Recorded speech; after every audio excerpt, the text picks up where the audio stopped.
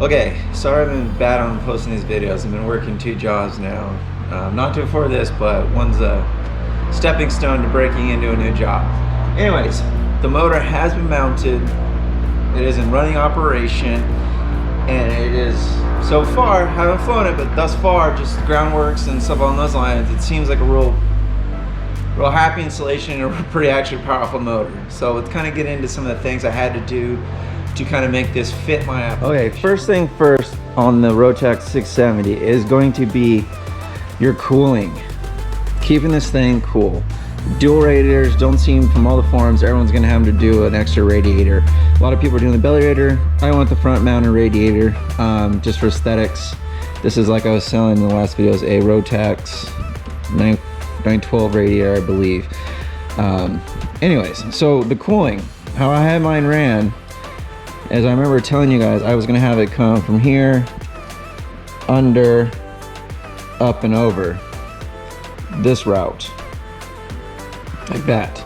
This was the first setup.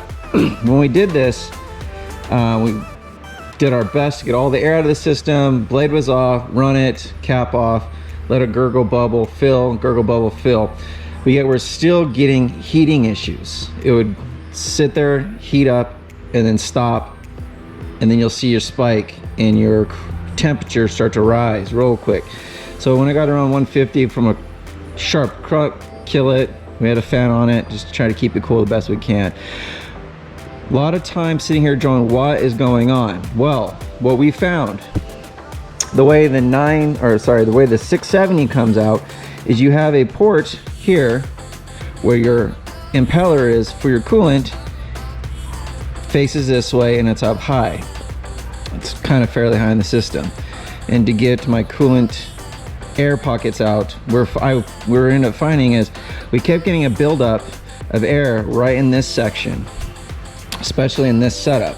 It was right up in this section, as you can see. So we thought, okay, well, plan B, let's try to eliminate the most amount of uphill issues to get the air out. This is what we came up with, which is a simple 90 out and in. Well, we still seem to get issues there.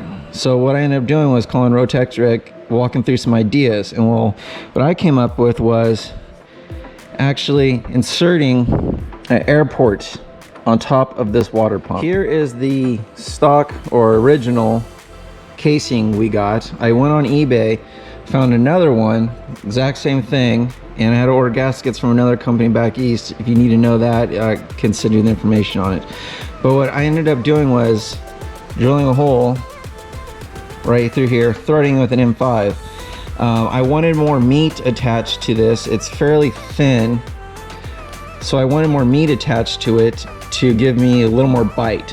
So I took it down to a welding shop and had them weld on basically a plate here to give me more thickness to screw through or put a valve in or a pressure release. And I was going to take it myself, but this stuff is basically pot aluminum or cast aluminum. So what ends up happening when you try to weld on a cast aluminum, especially cheaper aluminum purities, you have different metals in it, and what ends up happening is it doesn't burn properly or doesn't weld well. So even the shop had a difficult chance trying to get something on here, but this is what I ended up doing. So what I ended up doing now was fill it up.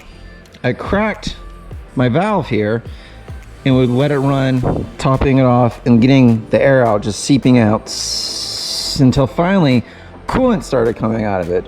Sealed it off and then was running the motor. If this would not get over 140, just parked here. It was just sitting here happily idling.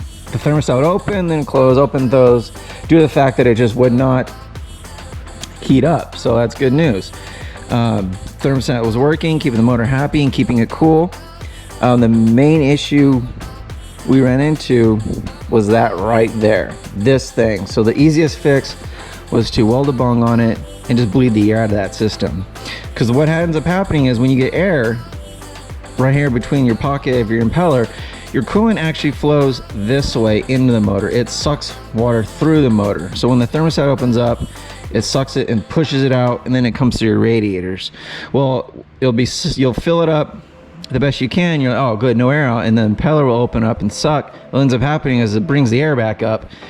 Once the air pocket hits your impeller, you have no more suction of the water. So then you'll start to see your temps rise pretty drastically, because all you're doing is cooking the water that's already in the system itself.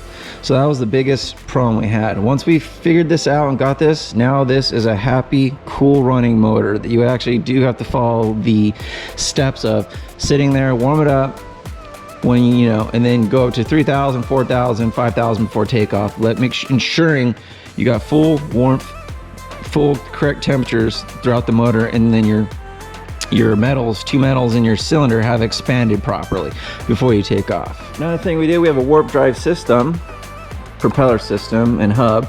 So I went with the warp drive's nose cone, which I think is a lot better looking than this little thing that didn't even cover up the whole hub. So that's an add-on bonus, which is going to be cool.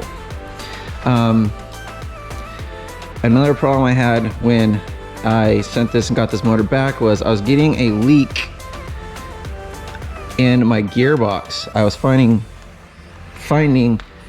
fluid dripping down the head, a very small leak. So we ended up having to pull this and pull the gearing out, which honestly, there's some videos out there of people ripping these apart. Super simple gearbox. It's 8 bolts holding it to the motor. You pull that out and then everything just kind of pulls out. There'll be one set screw on your main lower gear that you just impact off, and then everything just slides right on off. Pull your seal, put a new seal in. Rotax Rick sent me a link to some seals on some seals from eBay, which were only $5 a piece. So I ordered 4 of them up just to have them, versus the $30-something from a Rotax seal. We've installed my electric pump for backup as backup for the pulse pump, which is giving me about 9 pounds total one running, which when the motor's full go, it requires that much fuel. So that's where this is at. This is a facet pump. I think it's a 2.5 to 4 pounds. There are differences in the pump's amount of pressure is provided. I went with what was recommended, and that's what we installed on the motor itself. It's kind of spider webby looking, but you have your fuel lines. This right here is my pressure. This here is my pulse pump from the motor. One thing I do find an issue with this type of mount, there's 2 mounts out there that I've seen, and this one has the cradle where it sits in, is when the motor is running, it's happy. When you always turn a 2-stroke off, even by flooding it, they always do the rocking thing. And I was noticing I was getting this valve I had more down to allow easy access for my rotary valve oil. Well, what ended up happening is right in here was hitting against this. So constant on, off, on and off, on and off. It actually put in a little crease in there and fluid was leaking out. So it came out one morning, it was a nice big pile. So rectified that situation, moved it up.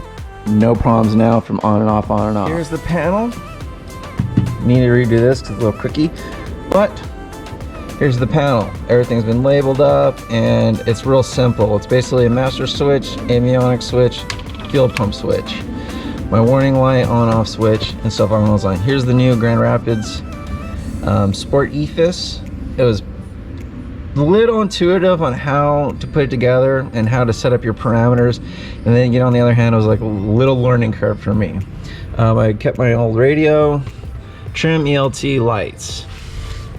The EFIS itself is really cool. I was able to put on my coolant temp, water temp, fuel temp, amp reading, EGT1, EGT2 on my main screen here with my coolant RPM. And then when you're on your engine screen, 2 main issues right here, along with your EGTs and your pressure readings and coolant temp once again.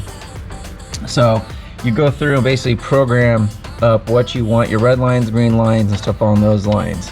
And this is what's going to be my main display here, is what it's going to look like once flying just the main screen. You can also do your map screen. It's pretty cool. Set your headings along those lines. It's a real cool system. Looks good, and the price is pretty good.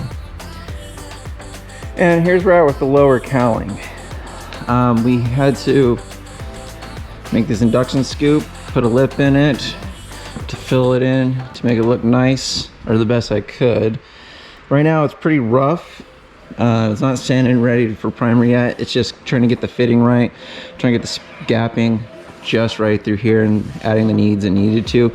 Also, I had to put in a hump right here for where the exhaust system was. So that's there now.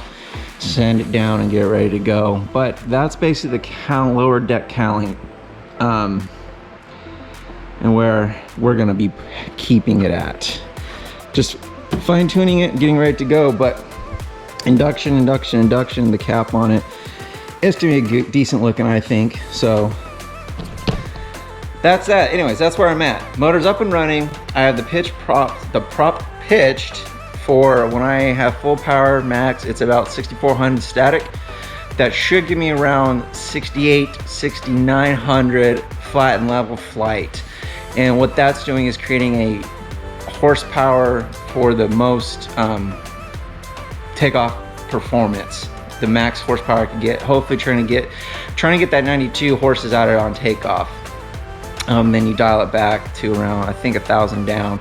So cruise will be around 5,800, 5,600 for a nice steady cruise. But for the power and takeoff, I want that full amount, get me off the ground as quick as I can.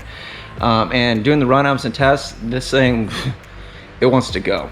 When I got the prop pitch and I was just kind of taxiing down the runway, punched it real quick so it happened. It's a noticeable difference in power. Backed it off real quick, didn't want to take off, but it gets up and moves this little plane along just nice. But that's where I'm at now.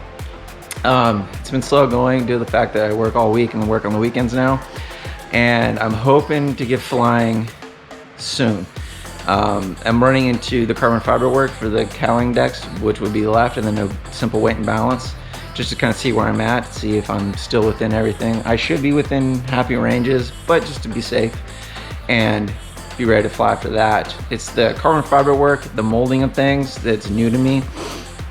And it's coming easier from when I started. I'm kind of treating it as like basing an adult paper mache project, laying it up, sanding it smooth, and then we'll get it primered, eventually painted. But that's where we're at now. Just make sure everything fits up right and to continue the ground testing. So I should keep you up to date soon.